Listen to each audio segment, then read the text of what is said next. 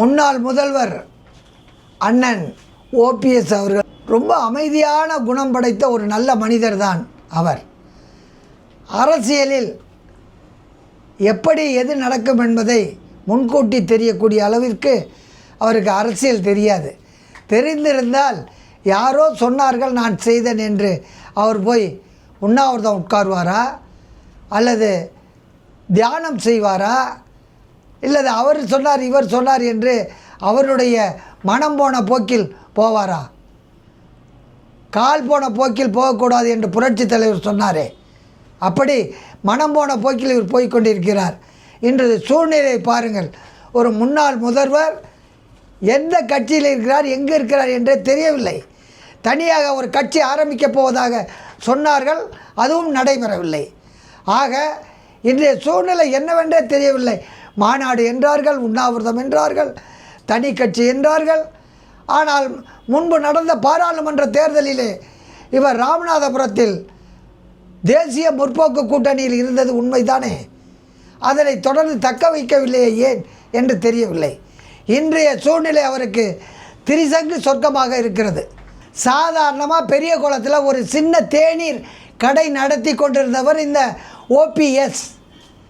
அவரை தன்னுடைய அறிமுகத்தால் தான் பாராளுமன்ற தேர்தலில் இருக்கும்பொழுது எவ்வாறெல்லாம் உதவிகள் செய்தார்கள், கூட இருந்து பணியாற்றினார்கள் என்பதனை விவரமாக எடுத்து சொல்லி அம்மாவிடம் கொண்டு வந்து சேர்த்தவர், அறிமுகப்படுத்தியவர் அம்மா மக்கள் முன்னேற்ற கழகத்தினுடைய பொதுச் செயலாளர் டிடிவி தினகரன் ஆவார்கள். அப்படிப்பட்டவர் ஏன் நீ எந்த ஊர் வந்து பாரு என்று கேட்கக்கூடிய நிலைக்கு போகிறார்.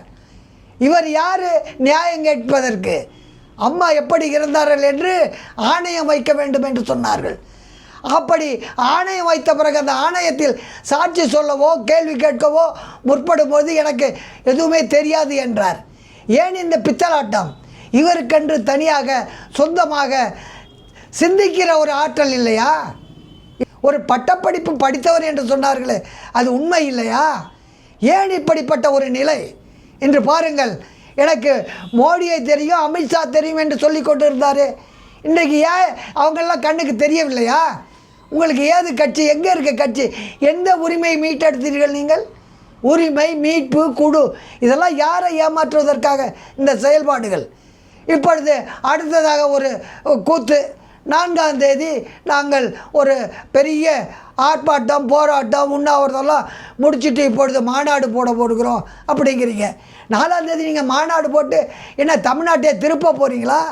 உங்கள்கிட்ட வாக்கு வன்மை இருக்கா, இல்லை வாக்குகளில் தான் உங்களுக்கு வன்மை இருக்கிறதா? இரண்டுமே கிடையாது. அப்படிப்பட்ட நீங்கள் யாரை ஏமாற்ற இன்று சுற்றி கொண்டிருக்கிறீர்கள் என்று புரியவில்லை. உங்களை நம்பி வந்த தொண்டர்கள்லாம் நட்டாற்றில் விட்டுவிட்டு நீங்கள் மட்டும் கரையேறுகிறீர்கள். என்ன நியாயம் இது? எவ்வளோ பேர் நம்பி சீர்கேடு அடைந்தார்கள், சொல்லி மாளாது. ஆகவே இனியாவது எதிர்காலத்தில் ஒரு சரியான அரசியலை கையில் எடுத்து எல்லோருக்கும் பாடமாக நீங்கள் முன்னுதாரணமாக இருக்க வேண்டும் என்று விரும்புகிறோம். லைக், ஷேர் அண்ட் சப்ஸ்கிரைப் பண்ணாதவங்க இப்பவே சப்ஸ்கிரைப் பண்ணிருங்க. எங்களோட அப்டேட்ஸ் உங்களுக்கு வரணும்னா பெல் பட்டனை பிரஸ் பண்ணுங்க.